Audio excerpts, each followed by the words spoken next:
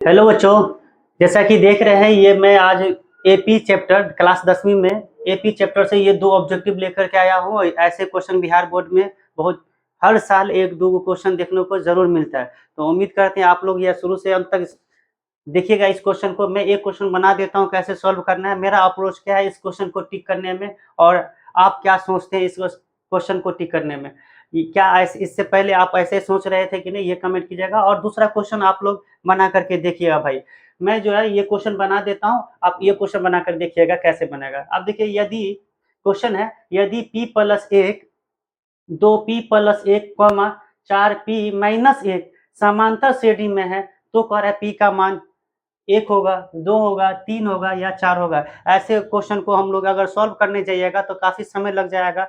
लेकिन हमें जब ऑप्शन दिया है, हम जानते हैं कि p का मान इसी में से कोई ना कोई होगा, तो हम इसी का मान हम p का इसमें रख देंगे और देखेंगे कि कौन हमें समांतर श्रेणी दिख रहा है। जो अगर समांतर श्रेणी में होगा उसी को हम टिक कर देंगे। तो प्यारे बच्चों, हमारे साथ समझने का प्रयास कीजिएगा। आप लोगों को अगर वीडियो अच्छा लगता है तो ज़रूर कमेंट कीजिएगा, और वीडियो इसी तरह का और चाहते हैं तो हम p का मान जब 1 रखते हैं, p बराबर अगर 1 हो, मान लिए कि p बराबर 1 हो तो रखिए, तो p का मान 1 रखिएगा तो 1 प्लस 1 मिलके कितना होगा, 2 होगा। बोलिए होगा कि नहीं, इतना 2 हो जाएगा। यहाँ पर p का मान 1 रखिएगा तो 2 एकन 2 और 1 मिलके कितना हो जाएगा, 3।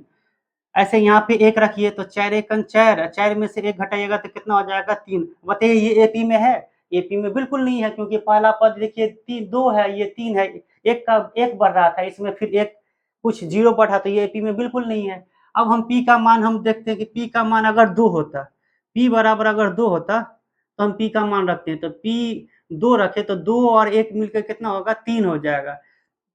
यहाँ पे 2 दूनी 4 और 1 कितना हो जाएगा, 5 हो जाएगा।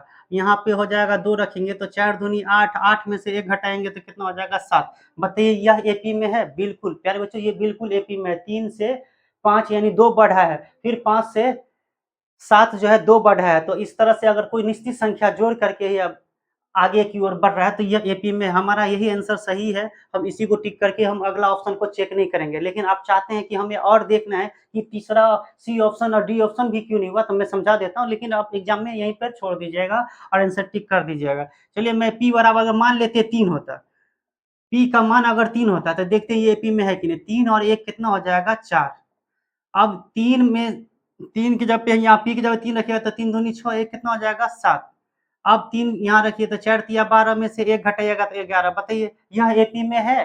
बिल्कुल नहीं प्यारे बच्चों। देखिए यहाँ 4 से 7 3 बढ़ रहा है, और फिर या 7 से 11 4 बढ़ रहा है। तो हम बोले थे कि एपी में संख्याओं का, एपी जो है समांतर श्रेणी संख्याओं का ऐसा सूची होता है जो एक निश्चित संख्या जोड़ करके प्राप्त होता है। ऐसा है नहीं, नहीं है तो ये एपी में नहीं है, तो ये ऑप्शन भी नहीं होता। अब अगर मान लीजिए पी क्यू चेक करना चाहते हैं कि पी क्यों नहीं हुआ, तो पी का मान अगर हम 4 लेके चले तो 4 रखिए तो 4 और 1 कितना हो जाएगा, 5 हो जाएगा। यहाँ पे 4 दूनी 8, 1 कितना हो जाएगा, 9। स्पीड में चलिए, ये चीजें आपको जल्दी करना है। 4 चौका 16, 1 घटाएंगे तो कितना हो जाएगा, 15। अब बताइए यहाँ से कितना बढ़ रहा है प्यारे बच्चों, 5 से 9 आ रहा है 4 जोड़ करके, लेकिन 9 से 15 आ रहा है कितना, 6 जोड़ करके। ये इस तरह से नहीं, बार बार बता रहा हूँ, संख्याओं का ऐसा सूची जो एक निश्चित संख्या जोड़ने पर अगली पद आ जाए तो इसको हम लोग समांतर श्रेणी में कहते हैं। उम्मीद करते हैं आप लोगों को इसका आंसर बी ही क्यों हुआ, क्योंकि 3 5 7 ये जो है एपी में दिख रहा है। अब अगला क्वेश्चन खुद से आप अपने से बना करके देखिएगा। मेरा अप्रोच है, देखिए इसको सॉल्व करने जाइएगा तो काफी टाइम लग जाएगा। एक तो ये तरीका है कि इसमें से इनको घटाइए, फिर इसमें से इसको घटाइए, दोनों सारवंतर को बराबर कर दीजिए समीकरण से, तो ये भी आंसर सही है। लेकिन काफी टाइम, अगर सब्जेक्टिव होता तो हम ऐसे बना देते, लेकिन ऑब्जेक्टिव है तो हमारे पास ऑप्शन दिया, इनको आंसर से मतलब है, और आंसर हम लोग एक दूसरे स्टेप में हमें मिल जाएगा। उम्मीद करते हैं सभी बच्चों को अच्छा लगा होगा। अगर इसी तरह का और वीडियो चाहते हैं तो इस चैनल के साथ जुड़ जाइए बच्चों। और अगर मैट्रिक की परीक्षा 2027 के लिए तैयारी कर रहे हैं तो हमारे चैनल को सब्सक्राइब कर लीजिए। आप लोगों को रेगुलर वीडियो मिलती रहेगी इसी तरह के। चलिए यहाँ तक वीडियो देखें तो बहुत बहुत शुक्रिया। जय हिंद, मिलते हैं नेक्स्ट वीडियो में बच्चों।